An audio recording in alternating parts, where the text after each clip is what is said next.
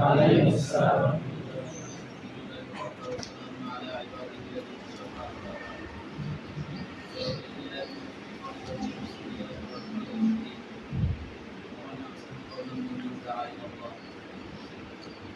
আলহামদুলিল্লাহ আল্লাহ রাব্বুল আলামিনের দরবারে অসংখ্য শুকরিয়া যে আল্লাহ তাআলা আমাদেরকে দিনে একটি মজলিসে বসার জন্য তৌফিক দান করেছেন। তো আমরা সবাই দেখি বর্তমান সমাজের দিকে তাকাইলে শুধু সংস্কৃতি এবং আলো ছায়াই দেখা যায়। যতই রাজনীতি আছে, যতই দল আছে, সব দলই চাঁদাবাজ, ঘুষখোর, এরকম ভাবে হত্যাকারী, যত ধরনের পাপাচার আছে অন্যান্য সমস্ত রাজনৈতিক দলগুলোকে এভাবে কার্যকর করে।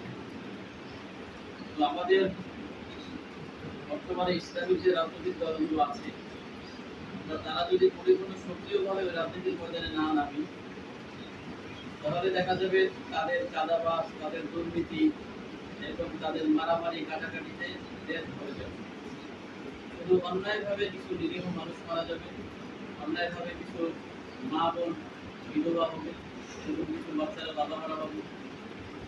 এই জন্য আজকে আমাদের রাজনীতি করার মূল উদ্দেশ্য হলো সবার মাঝে যেন ইসলামকে ছড়িয়ে দিতে হবে।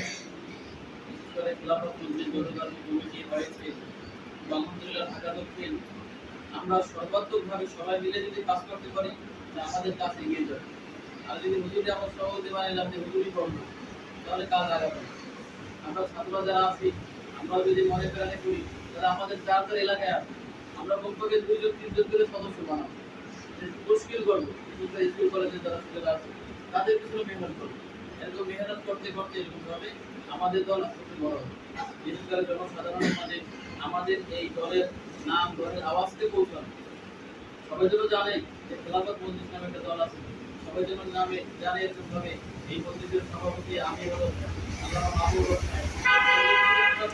প্রচার করতে পারি, তাহলে আশা করা যায় এরকম ভাবে আমাদের দল অনেক দূর এগিয়ে যাবে। আর কাজ না করলে মানুষের মধ্যে পরিচিতি পাওয়া যায়। এরকম ভাবে আমরা সবাই কাজ করবো। বিশেষ করে হুজুরের সাথে আরো যারা পরিচিতি হয়েছে সবাই এগিয়ে যদি এরকম ভাবে কাজ করে, আশা করি আমাদের এই দল অনেক দূর এগিয়ে যাবে। আল্লাহ তাআলা আমাদের সবাইকে ইখলাসের সাথে এই কাজ করার তৌফিক দান করুন।